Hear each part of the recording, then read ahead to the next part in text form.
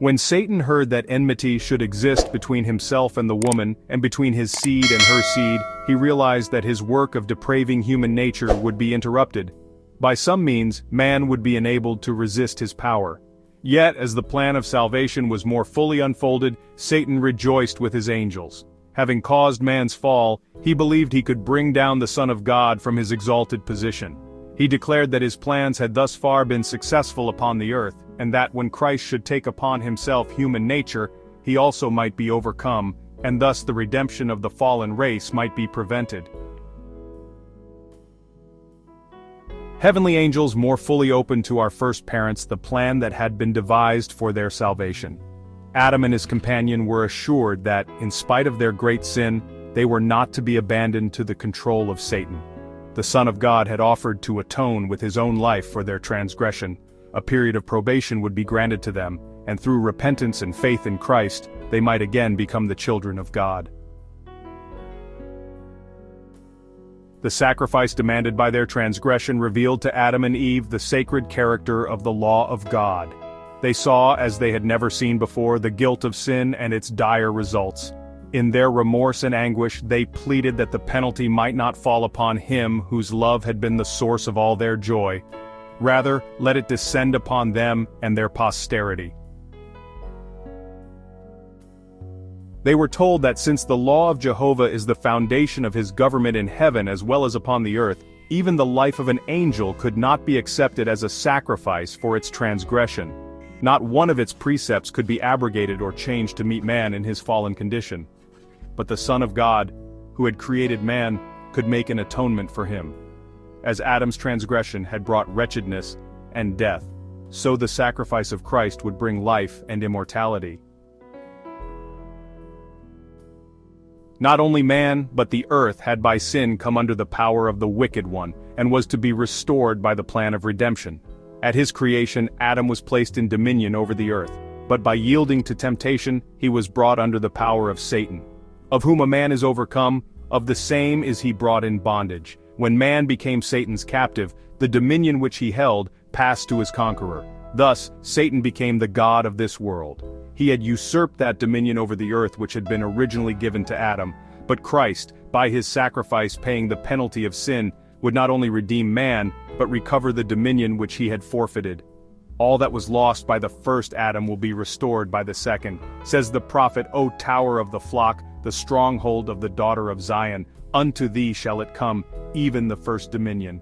And the Apostle Paul points forward to the redemption of the purchased possession. God created the earth to be the abode of holy happy beings. The Lord formed the earth and made it. He hath established it. He created it not in vain. He formed it to be inhabited. That purpose will be fulfilled, when renewed by the power of God, and freed from sin and sorrow, it shall become the eternal abode of the redeemed. The righteous shall inherit the land, and dwell therein forever. And there shall be no more curse, but the throne of God and of the Lamb shall be in it, and his servants shall serve him.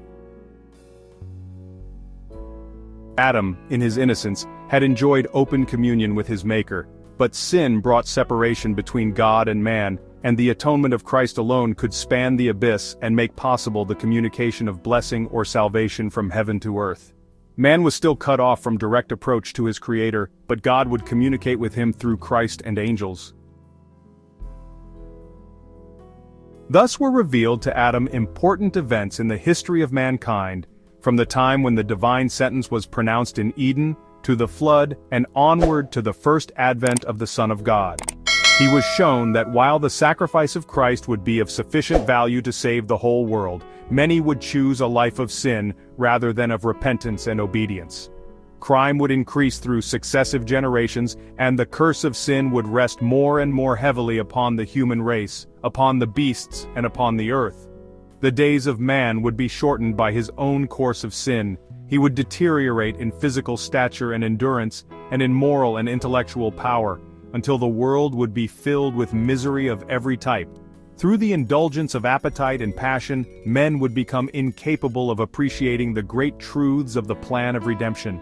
Yet Christ, true to the purpose for which he left heaven, would continue his interest in men, and still invite them to hide their weakness and deficiencies in him.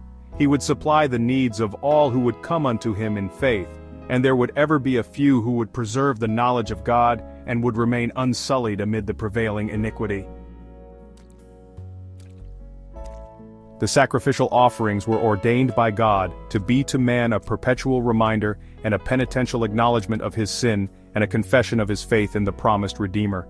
They were intended to impress upon the fallen race the solemn truth that it was sin that caused death.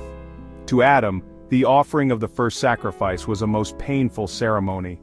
His hand must be raised to take life, which only God could give. It was the first time he had ever witnessed death, and he knew that had he been obedient to God, there would have been no death of man or beast. As he slew the innocent victim, he trembled at the thought that his sin must shed the blood of the spotless Lamb of God. This scene gave him a deeper and more vivid sense of the greatness of his transgression, which nothing but the death of God's dear Son could expiate, and he marveled at the infinite goodness that would give such a ransom to save the guilty. A star of hope illumined the dark and terrible future and relieved it of its utter desolation. But the plan of redemption had a yet broader and deeper purpose than the salvation of man. It was not for this alone that Christ came to the earth. It was not merely that the inhabitants of this little world might regard the law of God as it should be regarded, but it was to vindicate the character of God before the universe. To this result of his great sacrifice, its influence upon the intelligences of other worlds, as well as upon man, the Savior looked forward when just before his crucifixion he said, "Now is the judgment of this world, now shall the prince of this world be cast out, and I, if I be lifted up from the earth, will draw all unto me." John chapter 12, verses 31 and 32.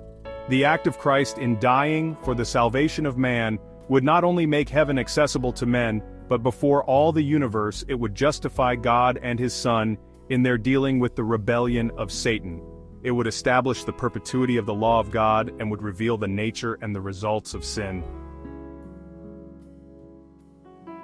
From the first, the great controversy had been upon the law of God. Satan had sought to prove that God was unjust, that his law was faulty, and that the good of the universe required it to be changed. In attacking the law, he aimed to overthrow the authority of its author. In the controversy, it was to be shown whether the divine statutes were defective and subject to change, or perfect and immutable. When Satan was thrust out of heaven, he determined to make the earth his kingdom. When he tempted and overcame Adam and Eve, he thought that he had gained possession of this world, because, said he, they have chosen me as their ruler. He claimed that it was impossible that forgiveness should be granted to the sinner, and therefore the fallen race were his rightful subjects, and the world was his. But God gave his own dear Son, one equal with himself, to bear the penalty of transgression, and thus he provided a way by which they might be restored to his favor and brought back to their Eden home. Christ undertook to redeem man and to rescue the world from the grasp of Satan. The great controversy begun in heaven was to be decided in the very world, on the very same field, that Satan claimed as his. It was the marvel of all the universe that Christ should humble himself to save fallen man, that he who had passed from star to star, from world to world, superintending all, by his providence supplying the needs of every order of being in his vast creation, that he should consent to leave his glory and take upon himself human nature, was a mystery which the sinless intelligences of other worlds desired to understand. When Christ came to our world in the form of humanity, all were intensely interested in following him as he traversed, step by step, the blood-stained path from the manger to Calvary. Heaven marked the insult and mockery that he received, and knew that it was at Satan's instigation. They marked the work of counter-agencies going forward, Satan constantly pressing darkness, sorrow and suffering upon the race, and Christ counteracting it. They watched the battle between light and darkness as it waxed stronger. And as Christ in his expiring agony upon the cross cried out, "It is finished," a shout of triumph rang through every world and through heaven itself. The great contest that had been so long in progress in this world was now decided, and Christ was conqueror. His death had answered the question whether the Father and the Son had sufficient love for man to exercise self-denial and a spirit of sacrifice. Satan had revealed his true character as a liar and a murderer. It was seen that the very same spirit with which he had ruled the children of men who were under his power, he would have manifested if permitted to control the intelligences of heaven. With one voice, the loyal universe united in extolling the divine administration. If the law could be changed, man might have been saved without the sacrifice of Christ. But the fact that it was necessary for Christ to give his life for the fallen race proves that the law of God will not release the sinner from its claims upon him. It is demonstrated that the wages of sin is death. When Christ died, the destruction of Satan was made certain. But if the law was abolished at the cross, as many claim, then the agony and death of God's dear Son were endured only to give to Satan just what he asked. Then the Prince of Evil triumphed, his charges against the divine government were sustained. The very fact that Christ bore the penalty of man's transgression is a mighty argument to all created intelligences that the law is changeless, that God is righteous, merciful, and self-denying, and that infinite justice and mercy unite in the administration of his government. If you liked today's video, please consider to subscribe to the channel, like and share. We'll see you in the next video.